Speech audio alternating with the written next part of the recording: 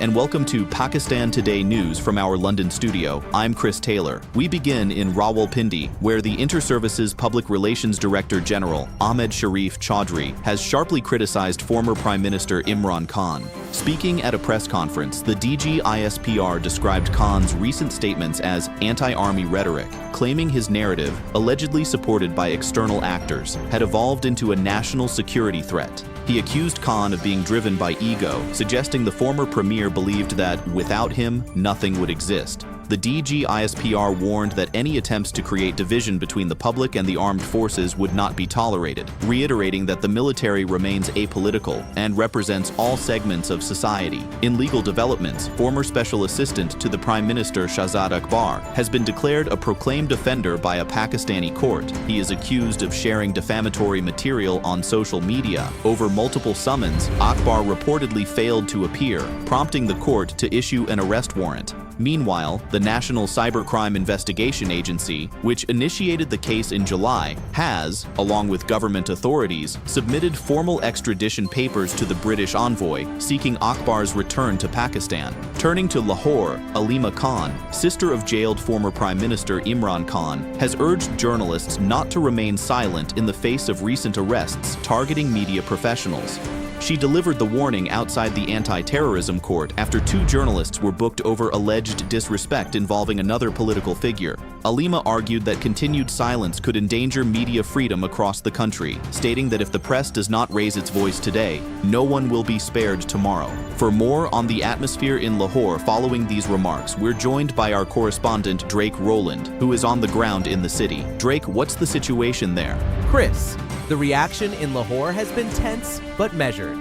Journalists gathered outside the ATC say Aleema Khan's comments reflect long-standing concerns about shrinking space for free expression. Several press associations here are preparing formal responses demanding transparency in the cases filed against reporters. Activists also claim these incidents could set a troubling precedent as political temperatures rise across the country.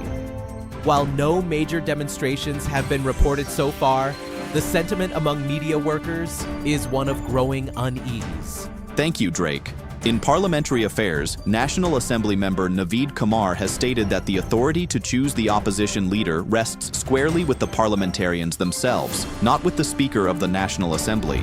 He argued that under current rules, the opposition bloc selects its leader by majority support. Therefore, he added, nominations such as Mahmood Khan Achakzai for the National Assembly and Raja Nasir Abbas for the Senate should be recognized once backed by opposition members. Kumar dismissed the Speaker's claim that the matter was sub judice, insisting it is not within the Speaker's powers to delay or reject the recognition. Regional connectivity is set to receive a boost as Pakistan, Iran, and Turkey prepare to resume the Islamabad-Tehran-Istanbul train service later this year. The announcement follows an agreement between Iranian envoy Reza Amiri Moghadam and Pakistan's Hanif Abbasi. Officials say the revival of the ITI route will strengthen cross-border trade and aligns closely with the Prime Minister's vision of enhancing regional economic links. Rail authorities have emphasized that reopening this strategic corridor is a key component of Pakistan's long-term connectivity framework. At the latest session of the National Finance Commission held on December 4th and 5th, all stakeholders agreed to form a committee aimed at finalizing proposals to increase Khyber Pakhtunkhwa's share of national resources, particularly after the merger of the former FATA region.